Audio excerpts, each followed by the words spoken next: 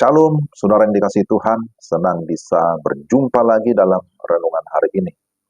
Mari kita siapkan hati kita, kita berdoa. Kami mengucap syukur kepadamu ya Tuhan, ada kesempatan bagi kami untuk mendengarkan firman-Mu. Terangilah hati kami, berikan damai sejahtera dan sukacita dalam nama Yesus. Amin. Pembacaan firman Tuhan dari Kejadian 41 ayat 40. Engkaulah menjadi kuasa atas istanaku, dan kepada perintahmu seluruh rakyatku akan taat. Hanya tahta inilah kelebihanku daripadamu. Demikianlah firman Tuhan.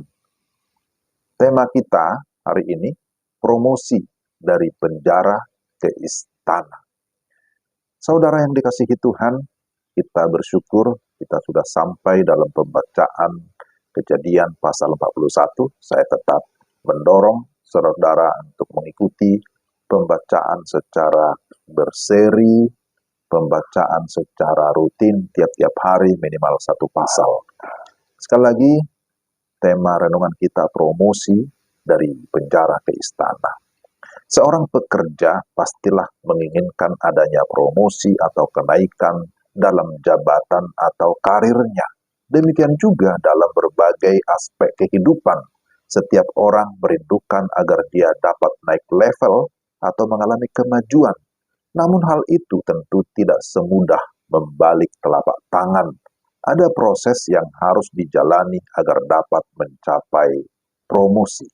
Melalui Kejadian 41, kita belajar dari kehidupan Yusuf yang mendapatkan promosi. Dia diangkat oleh Tuhan dari penjara ke istana Firaun menjadi seorang penguasa.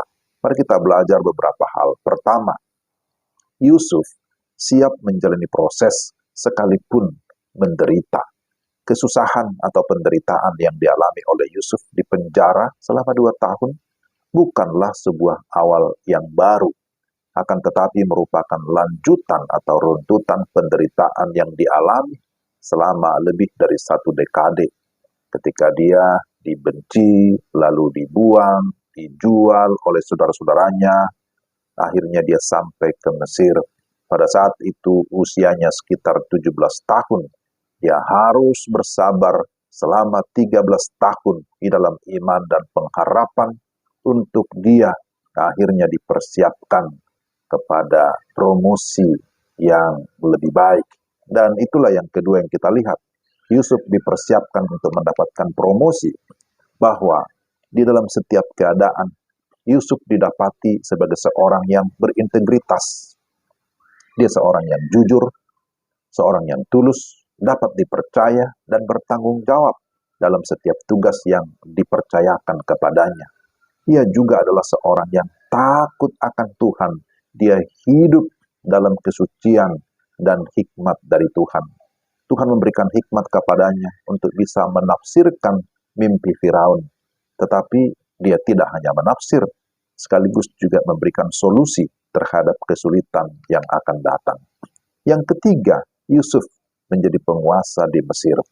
Firaun memberikan kepercayaan kepada Yusuf untuk menjadi pemimpin atau penguasa yang akan mengelola sistem logistik di Mesir, sehingga siap menghadapi masa kelaparan yang akan datang, yang akan terjadi 7 tahun kemudian. Tuhan memberikan dia penyertaan, dan juga memberikan dia otoritas untuk bisa memimpin, untuk bisa mengarahkan seluruh rakyat untuk mengikuti aturan yang dibuat di dalam segala ketaatan. Menarik untuk kita cermati bahwa Yusuf, sekalipun dia menjadi seorang pemimpin, seorang penguasa, tapi dia tetap rendah hati. Dia menghormati Firaun, serta hidup memuliakan Tuhan. Saudara-saudara yang dikasihi Tuhan, kisah Yusuf menjadi pelajaran penting bagi setiap kita untuk siap menghadapi persoalan dan siap mengikuti proses dari Tuhan. Keberhasilan tidak didapatkan dengan cara yang instan, tetapi melalui perjuangan. Tetapi juga kita harus hidup mengandalkan Tuhan. Prinsipnya adalah Tuhan akan meninggikan orang yang rendah hati pada waktunya Tuhan. Tuhan memberkati Yusuf dan dia menjadi berkat bagi banyak orang. Mari kita juga berdoa agar kita juga mengalami promosi atau kemajuan di dalam hidup kita, sehingga kehidupan kita bisa memberi dampak bagi banyak orang dimanapun kita berada. Mari kita berdoa. Tuhan, terima kasih untuk renungan hari ini. Kiranya Roh Kudus menolong kami, sehingga kami dapat memahami kebenaran. Tapi lebih daripada itu, kami dapat melakukan dalam hidup kami tiap-tiap hari. Kami rindu supaya kami pun mengalami progres kemajuan dalam hidup ini, di dalam segala ketaatan mengikuti proses yang Tuhan izinkan kami alami dalam hidup kami tiap-tiap hari. Dalam nama Tuhan Yesus kami sudah berdoa dan mengucap syukur. Amin.